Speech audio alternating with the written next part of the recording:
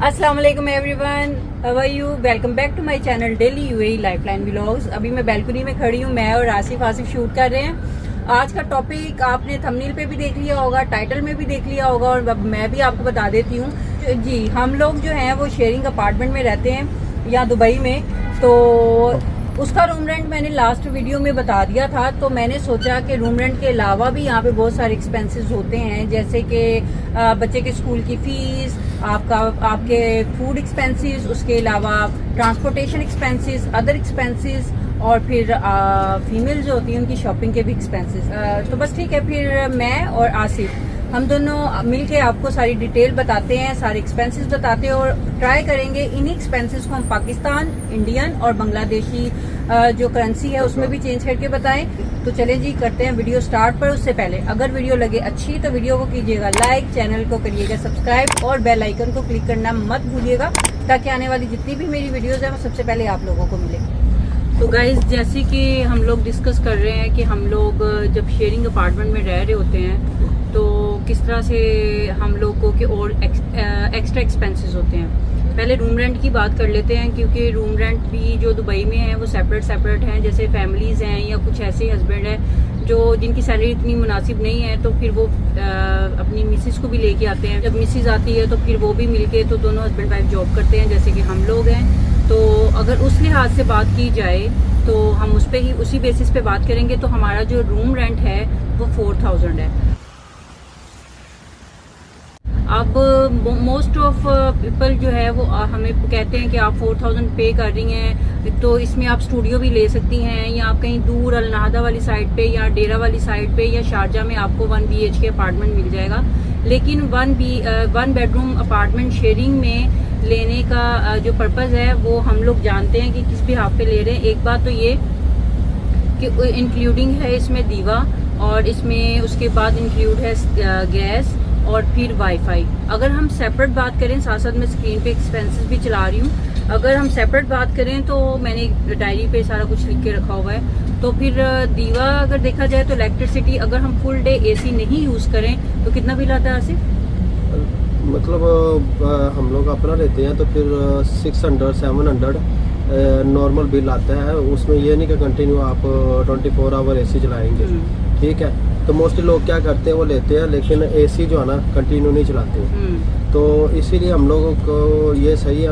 Reason ये है कि 2000 में मिल जाता है 1 BHK है ना, वो शारजा में नाहदा वाली साइड पे 2500 तक का ना इंक्लूड दीवा दुआ मिल जाता है। लेकिन हम लोग इधर इस एरिया में इस वजह से रह रहे हैं क्योंकि हमारा ज़्यादा बिजनेस इसी साइड पे है। तो अगर नाहदा में रहते हैं तो फिर हम लोगों का आने जाने का, ट्रांसपोर्टेशन का बहुत ज़्यादा एक्सपेंस होते हैं, क्योंकि उबैद भी का स्कूल भी इधर ही है। तो इसलिए हमारे लिए ठीक है। लेकिन अगर किसी को मतलब चीप चाहिए तो वो नाहदा वगैरह वाली साइड पे मिल सकता है, लेकिन उधर ट्रांसपोर्टेशन का प्रॉब्लम बहुत है। और अगर ट्रांसपोर्टेशन की बात की जाए तो यहाँ से जहाँ हम जिस एरिया में रह रहे हैं बहुत ज्यादा इजी है। इधर आप जो है सेंटर पॉइंट है ना, इधर आप यहाँ पे जो है बस आप लेना चाह रहे हैं और बस के थ्रू आप जो है वो मेट्रो स्टेशन जाना चाह रहे हैं और ट्रेन आगे से पकड़ते हैं, तो it is very easy. The second thing in the sharing apartment कि आपको गैस का बिल भी आपका बच जाता है, जो कि मंथली बेसिस पे आपको आता है 200 या 250। अगर आप सेपरेट 1 BHK अपार्टमेंट लेते हो या आप स्टूडियो लेते हो तो उसका आपको गैस का बिल भी जो है सेपरेट पे करना पड़ेगा। फिर अगर इन चीज़ों को देखा जाए तो ईयरली बेसिस के ऊपर बहुत ज़्यादा आपके जो है वो एक्सपेंसेस इंक्रीज हो जाते हैं। फिर थर्ड जो थिंग आती है इसमें वाईफाई आती है। तो हम जब शेयरिंग अपार्टमेंट में रह रहे हैं, शेयरिंग जो है अपार्टमेंट में रहने की वजह से वाईफाई जो है वो हमें फ्री है। तो अगर मंथली बेसिस पे अगर वाईफाई हम लोग अगर 1 BHK अपार्टमेंट की तरफ जाते हैं या स्टूडियो की तरफ जाते हैं किसी दूर एरिया में, तो फिर डेफिनेटली वी हैव टू पे।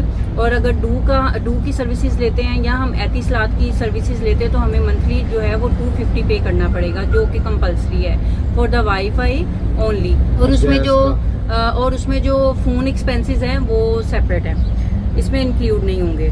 तो फिर इसी तरह से अगर देखा जाए तो इस बेस के ऊपर जो है हमने शेयरिंग रूम जो है उसको प्रेफर किया है रादर देन 1 BHK अपार्टमेंट और स्टूडियो, क्योंकि उसमें फिर ये सारी चीज़ें जो है गैस, दीवा और वाईफाई इंक्लूड नहीं होगा। अब बात कर लेते हैं सेकंड एक्सपेंसेस जो दुबई में आपको करने ही करने हैं, वो है फूड एक्सपेंसेस। मैं और आसिफ हैं और उबैद हमारा एक बेटा है, तो हमारे मंथली बेसिस के ऊपर एक्सपेंसेस बहुत ज़्यादा जो हम जस्ट ग्रोसरी के लिए स्पेंड करते हैं वो 500 to 600 है, जो हमने पे करने ही करने हैं, जिसमें हमने ग्रोसरी लेनी ही लेनी है, और वो बेसिक ग्रोसरी होती है। उसमें अगर आप फिर उबैद के स्कूल के अगर एक्सपेंसेस में अगर चले जाएं, मतलब उबैद का कोई लंच भेजना है तो फिर उसके लिए हमें 100, 150 और 250 मैक्सिमम उसका जाता है, वो जाता ही जाता है। जो थर्ड नंबर पे आती है वो चीजें आती हैं वीकली तो सैटरडे संडे तो ऑफ होता है ना। ये भी बात है। अब जो यहाँ पे हम गाइस बैल्कनी में बना रहे हैं, तो काफी यहाँ पे धूप की वजह से हमें स्वेटिंग हो रही है। क्या बात है। तो जो थर्ड चीज आती है वो है स्कूल फीस बच्चे की। अगर आपके बच्चे हैं तो ये आपका एक एक्स्ट्रा जो एक्सपेंस होगा, कंपलसरी है एंड यू हैव टू पे। तो जैसे उबैद है वो CBSE करिकुलम के स्कूल में जा रहा है, तो वी हैव टू पे every month around 1100 for his fees, school fee, और जो ट्रांसपोर्टेशन चार्जेस हैं वो 300 है, जो हमने पे करने ही करने हैं। इधर वो सर्विस ले रहा है या नहीं ले रहा, इट डिपेंड्स, क्योंकि अभी हमने कोई लास्ट 7 और 8 मंथ से उसके लिए सर्विस ली है, तो फिर ये चलता है। अगर इन केस अगर वो हम बच्चे को सुबह मॉर्निंग में खुद छोड़ने जा रहे हैं, जैसे इसके बाबा उसको ड्रॉप करते हैं, तो फिर भी हमें पूरे के पूरे ही पे करने पड़ेंगे। तो ये भी एक एक्स्ट्रा एक्सपेंस है जो आपने यहाँ पे दुबई में आके करना ही करना है। इस पे अगर क्वेश्चन हो कि किस तरह से आप स्कूल्स फाइंड आउट करते हैं और किस तरह से आपको एडमिशन यहाँ मिलता है, उसके लिए बच्चे के कौन कौन से डॉक्यूमेंट्स की नीड है, तो अगर आपका इस पे कोई क्वेश्चन हो तो आप बता दीजिएगा, तो मैं इस पे भी एक जो है वो वीडियो बना लूंगी। जो नेक्स्ट है और वेरी कंपल्सरी और आपको यहाँ पे जिसकी नीड भी है वो है जी कार। तो कार की बात आसिफ करेंगे। क्योंकि कार का ये है कि जिसने फैमिली प्लानिंग है ना, तो विदाउट कन्वेंस तो आप लोग इधर नहीं रह सकते। फैमिली के साथ अकेला आदमी रह सकता है, लेकिन फैमिली के साथ तो कंपलसरी है, चाहिए। उसके लिए दूसरा क्या है कि वो 600 to 700 जो ना पर मंथ एक्सपेंस है, अगर आप नॉर्मल यूज़ करते हैं। अगर तो आप उसको ज़्यादा यूज़ करेंगे फिर आपके हिसाब से जितना मर्जी आप उसका एक्सपेंस करते, लेकिन नॉर्मली जो है ना मंथली जो है ना 600 to 700 नॉर्मल गाड़ी और का ये है। आसिफ फ्यूल की बात कर रहे हैं। हाँ, फ्यूल की बात कर रहा हूँ। और इसके अलावा गाड़ी के और भी एक्सपेंसेस है, जैसे मेंटेनेंस एक्सपेंस हो जाते हैं। अक्सर कभी AC खराब हो गया या टायर चेंज करना पड़ गया, फिर एयरली जो है उसका रजिस्ट्रेशन करवानी पड़ती है, इंश्योरेंस करवानी पड़ती है, तो ये एक्सपेंस वगैरह भी है उसके एयरली बेसिस पे। तो वो तकरीबन आपको एयरली 2000 तक तो आ ही जाता है।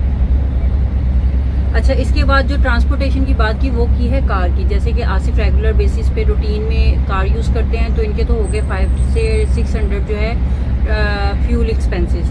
तो अब बात कर लेते हैं मेरे एक्सपेंसेस की। जैसे कि अगर मिसिज़ आपकी जॉब कर रही है, आपकी मिसिज़ आई हैं, आपकी सिस्टर आई हैं, या आप खुद जो है वो ट्रांसपोर्टेशन लोकल यूज़ कर रहे हैं और मिसिज़ कार यूज़ कर रही हैं, तो उस बिहाफ पे आपकी जो लोकल है एक्सपेंसेस, उसमें आपको अगर आप कहीं, जैसे मैं जिस एरिया में रह रही हूँ यहाँ से मैं टैक्सी करवा के तो फिर मेट्रो स्टेशन तक जाती हूँ, तो उस टैक्सी के जो लोकल अंकल जो है यहाँ सर्विसेज देते हैं, तो वो उसका जो है मुझे मंथली बेसिस पे 300 पे करना पड़ता है, वन साइडेड। फिर उसके बाद मेट्रो स्टेशन, और मेट्रो स्टेशन से मेरा जो है एक्सपेंस ईस्ट साइड जो है वो 3 और 3 6 दिरहम लगते हैं बोथ साइड। तो उसको आप मल्टीप्लाई कर लें 26 डेज के ऊपर, तो वो टोटल जो भी एक्सपेंसेस आते हैं, तो सो आप इस चीज़ को समझ लो कि मंथली आप इसको 500 लेके चलो या 550 तक लेके चलो।